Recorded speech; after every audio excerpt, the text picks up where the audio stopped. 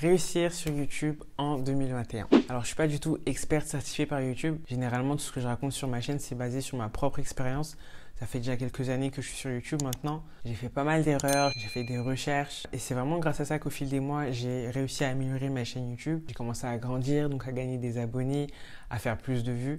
Donc voilà, j'espère que toutes ces astuces et conseils que je vais vous donner dans cette vidéo vont aussi vous permettre de développer votre chaîne. Alors mon premier conseil pour réussir sur YouTube, c'est de ne pas se mettre dans une niche, ne pas catégoriser sa chaîne. En gros, quand tu débutes ta chaîne YouTube, ou que ça fait 1 an ou 2 ans que tu es déjà là, personnellement, je pense qu'il ne faut pas trop se mettre une pression à vouloir se mettre dans un thème spécifique pour sa chaîne. Après, s'il y a une passion que tu veux uniquement mettre en avant sur ta chaîne, bien sûr, il n'y a pas de souci. Il faut juste garder en tête qu'il n'y a pas d'obligation en fait. On n'est pas obligé de s'enfermer dans une boîte et se dire, ok, ma chaîne, c'est uniquement ça et seulement ça. Pourquoi est-ce que je dis ça? Parce qu'en fait, moi, j'ai débuté YouTube en postant des vidéos voyage. Donc, je faisais des vlogs, des vidéos où je parlais tourisme. À un moment, j'ai vécu plusieurs mois en Asie, donc je voulais un peu partager mon expérience de ce que je vivais là-bas. Sauf qu'à un moment donné, je suis arrivé à un point où j'avais plus rien à dire, j'avais plus rien à poster. Je voyageais plus déjà. Je savais pas trop quel contenu aborder, quelle vidéo publier, sachant qu'il fallait que je reste dans mon thème, à savoir le voyage. Du coup, j'ai fait une longue pause, puis je suis revenu plus tard avec un thème complètement différent. J'ai commencé à poster des vidéos make-up, des vidéos cheveux, enfin des astuces beauté quoi. Et pour moi, ça marchait super bien. Je gagnais beaucoup d'abonnés, beaucoup de vues. Sauf qu'à un moment, je suis arrivé en fait au bout de ce que je pouvais faire, de ce que je pouvais produire. En fait, pour moi, j'avais fait le tour. Bien sûr, il y a plein de choses à dire dans ce thème-là, mais pour moi, ça y est, j'en avais déjà trop fait en fait. À côté de ça, je postais aussi des vidéos un peu astuces. J'ai fait une vidéo bricolage, comment construire ceci. Une vidéo où je présentais mon matériel. D'ailleurs, la vidéo, elle est encore sur ma chaîne. Les autres vidéos, je les ai supprimées. C'est un choix personnel. Mais je voulais garder que le contenu que je fais aujourd'hui. Et donc, à cette époque-là, en fait, je me suis rendu compte que les vidéos beauté, c'était pas trop fait pour moi. Et c'est pour ça que je me suis vite senti limité. Pour moi, je m'étais catégorisée en tant que youtubeuse beauté. Donc, à part la beauté, qu'est-ce que je peux faire? Sachant que pour moi, en fait, au final, c'était pas si fun de faire ce genre de vidéos. Mais j'ai remarqué que les vidéos conseils, les vidéos tutoriels, c'est ce qui me parlait le plus, c'est ce qui m'attirait le plus en tout cas. Donc j'ai continué dans cette voie-là. Et au final, ça a bien marché pour moi. La preuve, aujourd'hui, ma chaîne continue d'évoluer.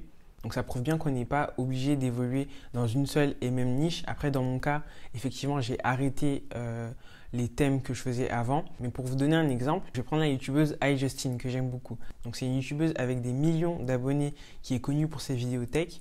Mais sur sa chaîne, on ne retrouve pas seulement des vidéos tech. Elle est fan d'Animal Crossing, donc elle fait également des vidéos dessus. Sur sa chaîne, on retrouve aussi des vidéos réactions, des vidéos culinaires, même des vidéos en famille. Enfin, on retrouve vraiment de tout sur sa chaîne. C'est une youtubeuse à succès et elle n'est pas coincée dans une seule et même niche. On peut la qualifier de youtubeuse tech, mais demain, on peut retrouver une vidéo d'elle dans sa cuisine en train de faire un gâteau. Ça va choquer personne et surtout, ça ne l'a jamais empêché de faire grandir sa chaîne. Moi, j'ai longtemps pensé justement qu'il fallait avoir un thème précis, être dans une niche en particulier et au final, non.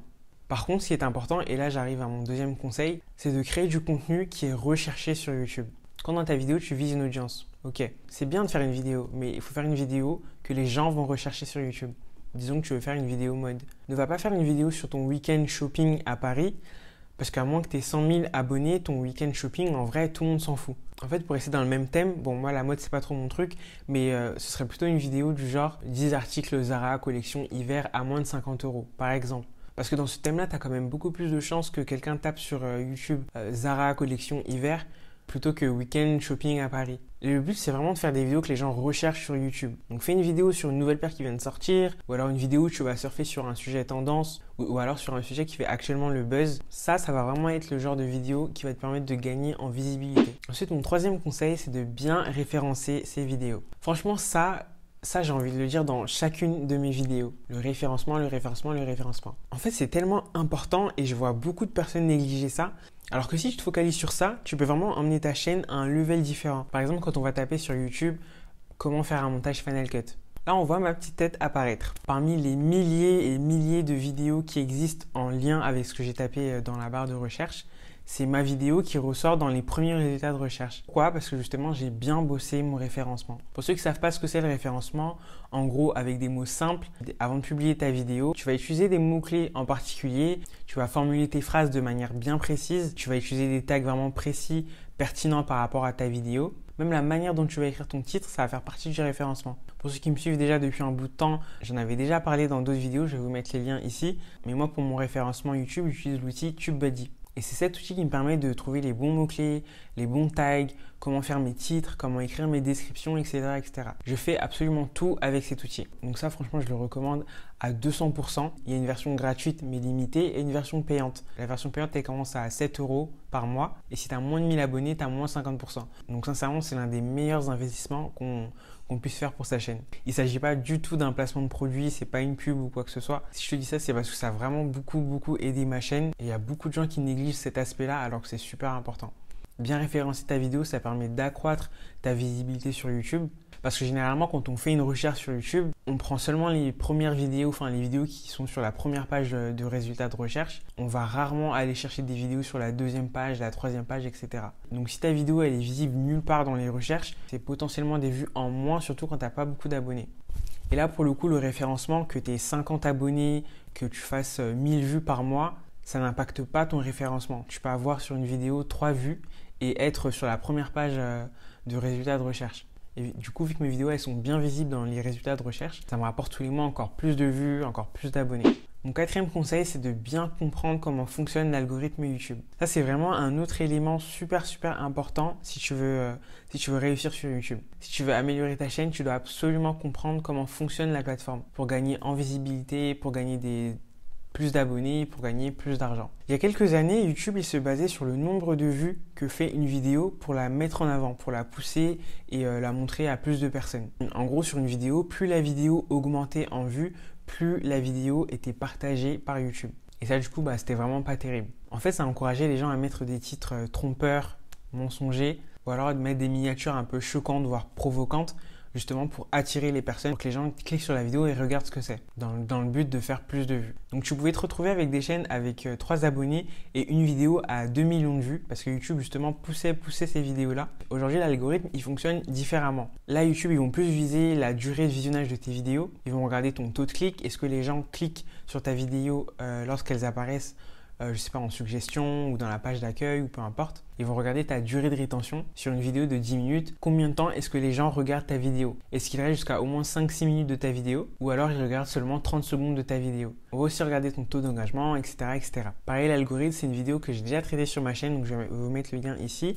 Mais en gros, si tu veux vraiment améliorer ta chaîne et réussir sur YouTube, tu dois te focaliser sur ta miniature. Les miniatures déjà présélectionnées par YouTube qui veulent rien dire, ça en 2021, on ne veut plus les voir. Donc il faut absolument personnaliser ces miniatures et créer une miniature attirante parce que admettons que YouTube propose ta vidéo en suggestion ou peu importe et que les gens en voyant ta miniature ne cliquent jamais sur ta vidéo.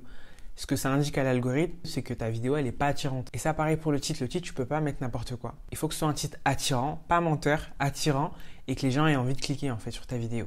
Il faut aussi créer du contenu que les gens ont envie de regarder et pendant longtemps. Parce que supposons que ton titre et ta miniature attirent les gens. Mais qu'au final, sur une vidéo de 10 minutes, les gens ne restent que 30 secondes sur ta vidéo. En gros, c'est un indicateur que ta vidéo, elle n'est pas intéressante. Les gens viennent, les gens cliquent, ça fait des vues, mais c'est pas intéressant. Du coup, ces vidéos-là, forcément, YouTube ne va pas les mettre en avant. Ils n'ont pas d'intérêt à pousser ta vidéo si personne ne la regarde vraiment. YouTube, ils font de l'argent grâce aux pubs. Et si les gens ne regardent même pas le contenu de ta vidéo, c'est un manque à gagner pour eux. Donc forcément, ta vidéo ou tes vidéos, de manière générale, ne seront pas mises en avant. Donc ouais, tout ça, c'est des éléments à prendre en compte parce que c'est des éléments assez importants pour l'algorithme. Et c'est comme ça des fois qu'on voit des chaînes, elles passent de 200 abonnés à 20 000 abonnés, de 2000 vues par mois à 400 000 vues par mois. C'est parce que YouTube les a favorisés, qu'ils ont grave poussé, grave mis leurs vidéos en avant. Ensuite, mon 5e conseil, c'est de bien organiser sa chaîne visuellement. Et là, je parle pas seulement des miniatures. Enfin, les miniatures, ça en fait partie, mais une chaîne YouTube, c'est un tout. Donc, il y a la bannière, il y a les miniatures, il y a les playlists. En fait, c'est beaucoup plus agréable d'arriver sur une chaîne qui a l'air organisée, qui a l'air soignée. Ça donne tout de suite un côté un petit peu plus pro et ça donne envie de revenir. Ça donne envie de s'abonner, ça donne envie de parcourir un peu les vidéos. Je parlais des playlists parce que c'est toujours mieux de pouvoir naviguer facilement sur une chaîne quand tout est catégorisé, par exemple.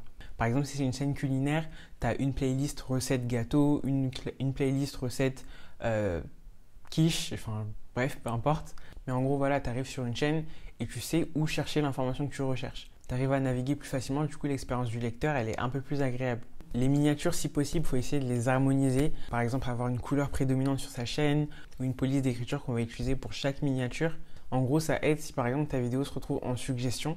Visuellement, si la personne a déjà vu ta chaîne auparavant mais qu'elle n'était pas abonnée, elle voit ta miniature et automatiquement elle sait que c'est toi. En gros, c'est comme créer ta marque. Il faut qu'on puisse se distinguer et qu'on sache à chaque fois qu'on voit ta miniature, bah là, ok, je suis sur la chaîne de un tel. Et donc mon 6e conseil, c'est préparer ces vidéos en avance. Ça aussi, c'est vraiment quelque chose que j'ai appris de mes erreurs. Quand tu vas tourner ta vidéo, tu t'installes devant ta caméra.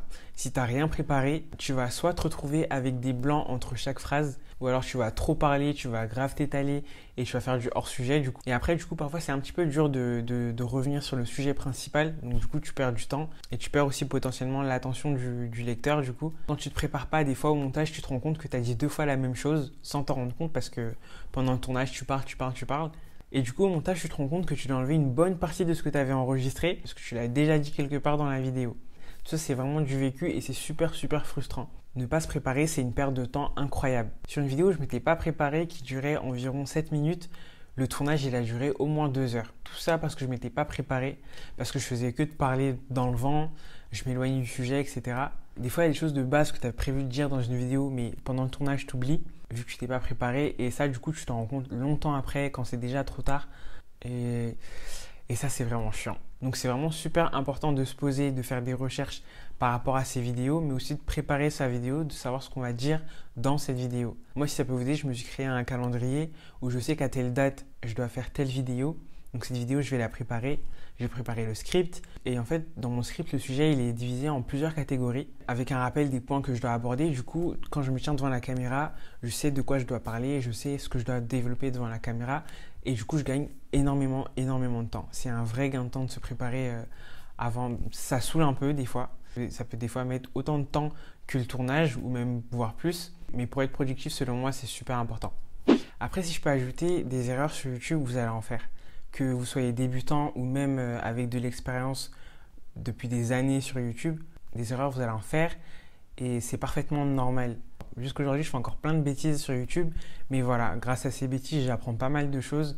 Franchement, il n'y a personne qui est parfait sur YouTube, à part les YouTubeurs qui ont des millions d'abonnés et qui ont toute une équipe derrière eux. Mais des erreurs, selon moi, sur YouTube, on va en faire souvent. Il ne faut pas que ce soit un frein, parce que malgré ça, on peut quand même évoluer sur YouTube. Parce que moi, en tout cas, à chaque vidéo, je fais des erreurs. Vous les voyez peut-être pas. Moi, je les vois. Et ça ne m'empêche pas de gagner des vues. Ça ne m'empêche pas de gagner des abonnés. Enfin, d'évoluer de semaine en semaine. Donc, ouais, n'ayez pas peur de ça. Ni des échecs, d'ailleurs. Il faut juste constamment chercher à s'améliorer. Se poser les bonnes questions et savoir comment je peux faire mieux la prochaine fois. Si toi, en tant que youtubeur ou créateur de contenu, tu as des astuces à donner, n'hésite pas à les partager à tout le monde en commentaire. Ça peut toujours servir. Là, j'ai donné 6 conseils, mais en vrai, il y a tellement de choses à dire, tellement de conseils, tellement d'astuces que je pourrais vous donner que je ne peux pas développer en une seule vidéo. Je le ferai sur de prochaines vidéos. Mais là, je vous ai sorti ce qui, selon moi, était vraiment important, les bases. J'espère en tout cas que cette vidéo vous aidera. Et si elle vous a plu, n'hésitez pas à liker, à commenter, à partager. Et je vous donne rendez-vous dans une prochaine vidéo. Salut!